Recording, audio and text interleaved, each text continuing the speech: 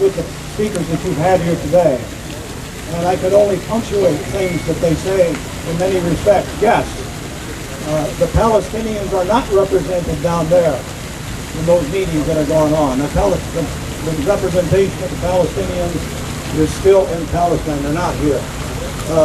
Yes, the Palestinians have no rights. I went to Gaza 7 or 8 years ago as a Christian, asking questions about what was going on. What about suicide bombings? What about many, many things? I came back changed. My life was changed from what I saw, because I came from a Christian background, and I went to Gaza and I found Christians in Christian churches right next to mosques. That wasn't what I was told was going on back home. So we ended up starting an organization that is aimed at changing Christian Zionism. You see, in America, our problem, our overwhelming problem, the problem even bigger than the lack of representation down at that meeting. The biggest problem here is that 1 out of every 3 Americans has been influenced by a false, new religious teaching that started less than 100 years, only about 100 years ago. It has become known as Christian Zionism, and the Christian Zionists are the only religion on the face of the earth who believe that there has to be a war, a major, huge world war sometime in the future to satisfy their beliefs. Christianity of a traditional nature, those men and women who follow Jesus' teaching, do not believe that. Muslims do not believe that we have to have a giant war in the future. And even Jews don't believe that there has to be a giant war, but Christian Zionists do. That is why a man named Ariel Sharon, who we've already seen a quote from, was one of the first people to use the term Christian Zionist. He used it to name those Christians who were his best friends in America, the people he could depend upon to give him exactly what he wanted, the people he could depend upon to put the people in office that he wanted in office. Today, the most powerful political faction in the world is Christian Zionism. Christian Zionists are the darling of every political candidate. John McCain, everyone who runs has to seek Christian Zionist vote to get in, because there are so many and because they vote together. Now, I tell you all this to explain that there is great hope out of all of this.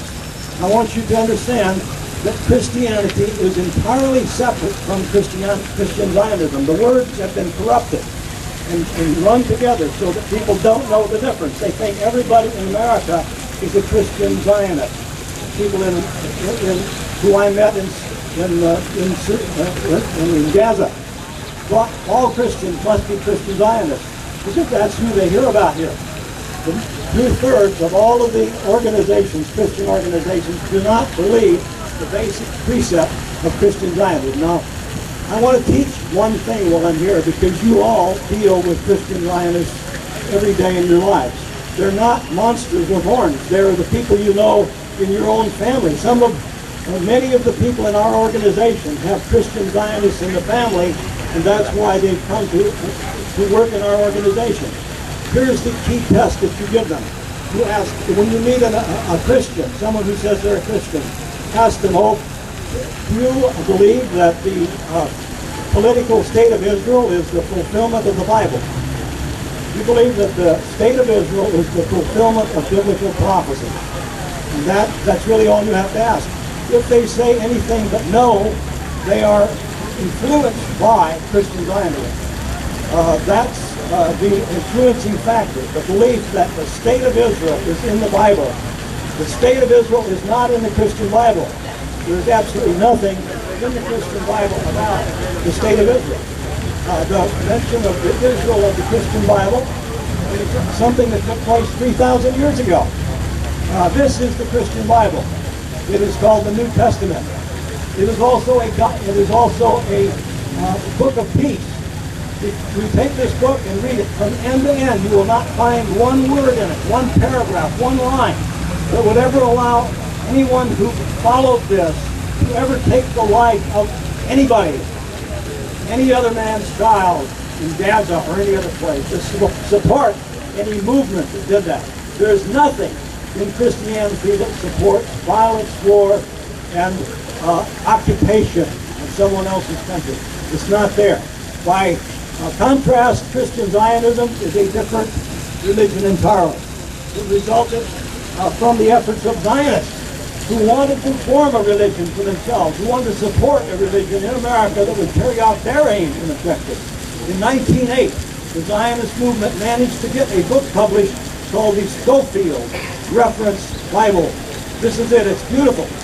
It is a lovely book, but it is intentionally written to deceive.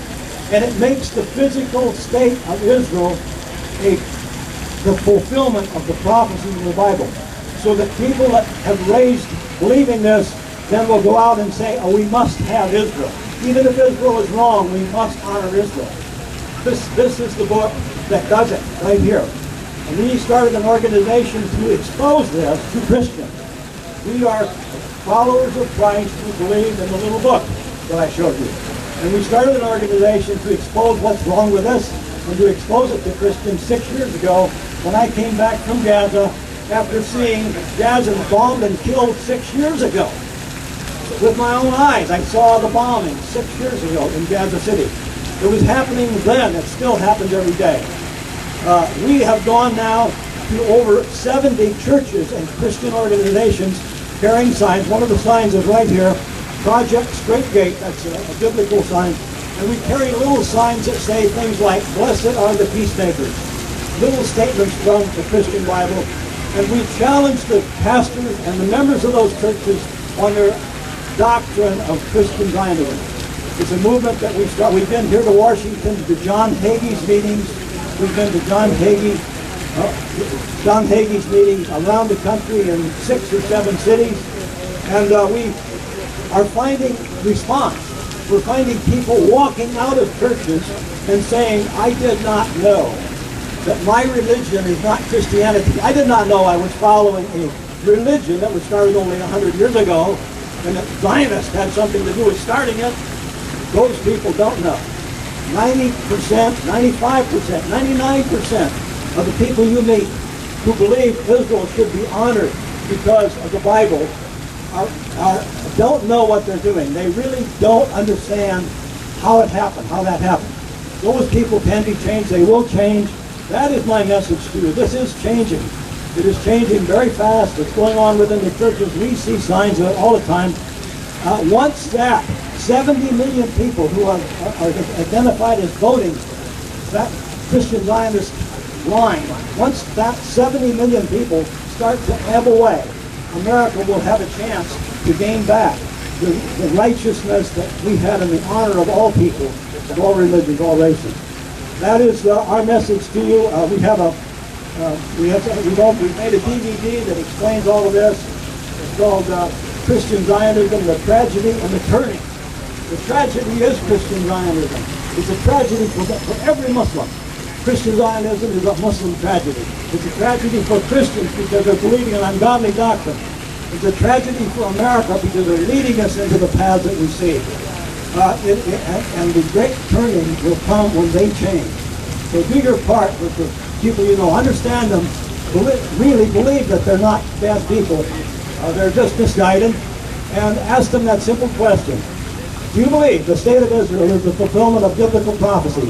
And if they say yes, then you say to them, well, where in Jesus' teaching does it ever give anybody the right to take a life?